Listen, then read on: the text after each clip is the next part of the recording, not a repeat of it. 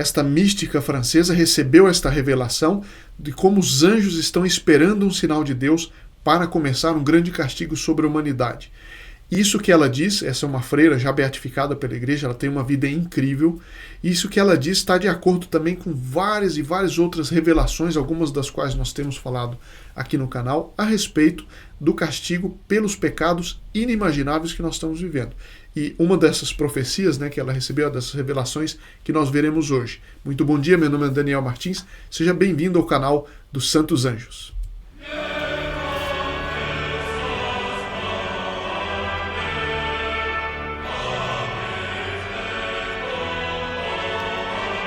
Nós vamos ver que nessa profecia ela fala dos anjos exterminadores. E de fato existem esses anjos exterminadores, se faz referência a eles na Bíblia, na Sagrada Escritura.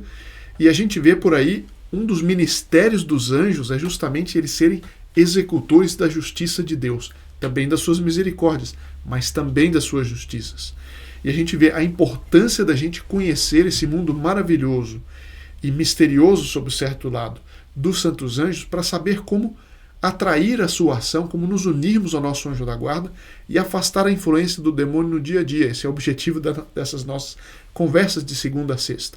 Mas a gente vê que a quantidade de pecados é tão grande e chegou a um tal grau que, de acordo com várias profecias, Nossa Senhora, os santos, não conseguem mais, por assim dizer, reter o braço justiceiro de Deus. É o que Nossa Senhora em Fátima disse, Então, a gente vê que Deus Nosso Senhor ele suscitou vocações de religiosos, de religiosas, que se sacrificaram, como é o caso dessa bem-aventurada, beata Maria de Jesus de L'Huillier Martigny, virgem fundadora e mártir. Ela foi morta por um anarquista na França, eu vou citar aqui daqui a pouquinho, e fundou uma ordem religiosa, e ela se ofereceu, escreveu inclusive uma carta para 2 papas, para o Papa Pio IX e Leão XIII, como vítima expiatória, para aplacar a cólera de Deus, em especial sobre a França. Então é uma vida incrível. Eu vou deixar aqui embaixo um link para quem quiser ver mais detalhes da vida dela. É uma vida magnífica, uma vida maravilhosa. Eu apenas dou alguns traços aqui. Ela nasceu em Marseille, no sul da França, em maio de 41, e é de uma família que tinha santos, antepassados dela.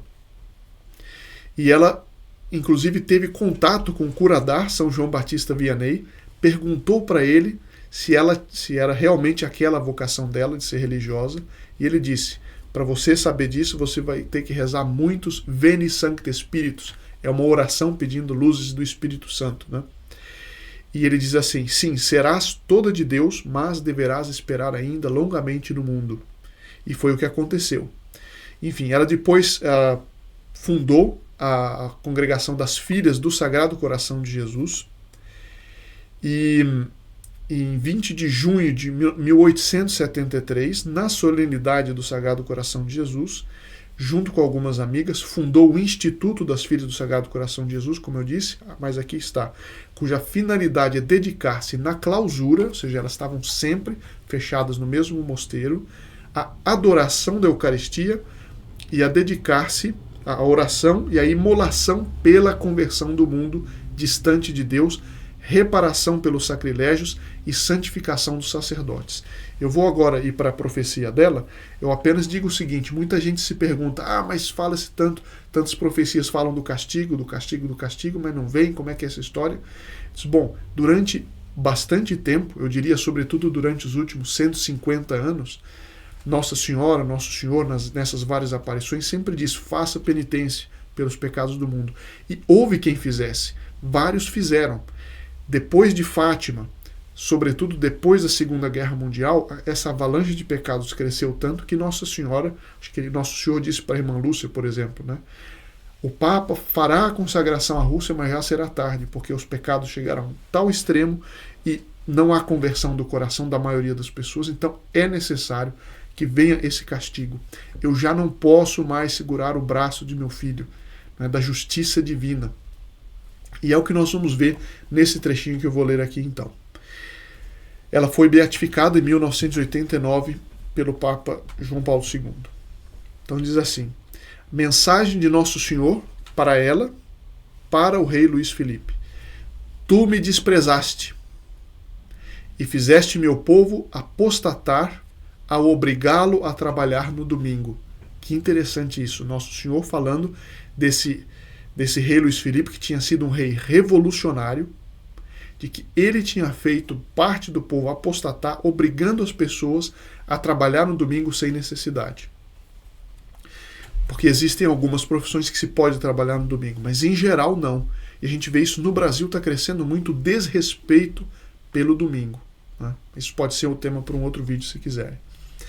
Para os anos de 1848, 1849 e 1850, intercessão da Santíssima Virgem para deter o braço de seu filho.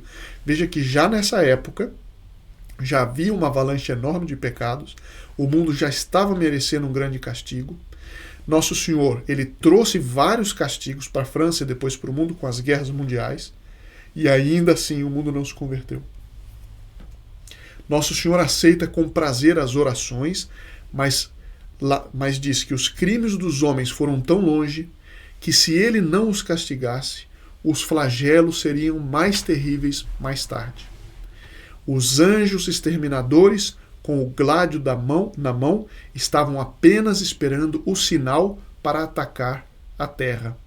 Ah, mas os anjos nos ajudam? Sim, claro, evidente. E eles, durante o castigo, nos ajudarão. Sobretudo aqueles que estiverem muito unidos aos anjos da guarda.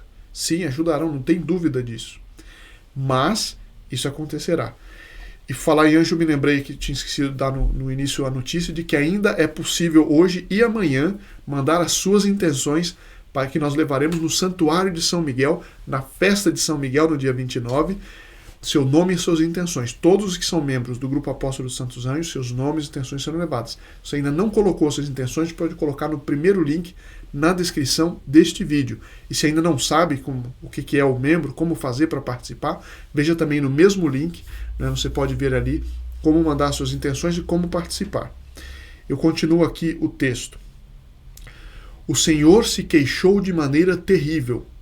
Ele se queixa desse frenesi na busca do prazer, a busca frenética, desenfreada do prazer. Ele se queixa das danças escandalosas, da indecência e do luxo dos adornos femininos, o luxo desenfreado dos adornos femininos. E se ele proíbe no Santo Evangelho até mesmo um único desejo maligno, não é um desejo imoral, né? Então, um rapaz que olha para uma moça que está indecentemente vestida, ambos cometem uma coisa abominável. Então, se isso está assim no Evangelho, não é de se admirar que ele castigue terrivelmente a corrupção dos costumes, que é a consequência necessária de todos esses abusos. Imaginem, as danças daquela época já tinham isso.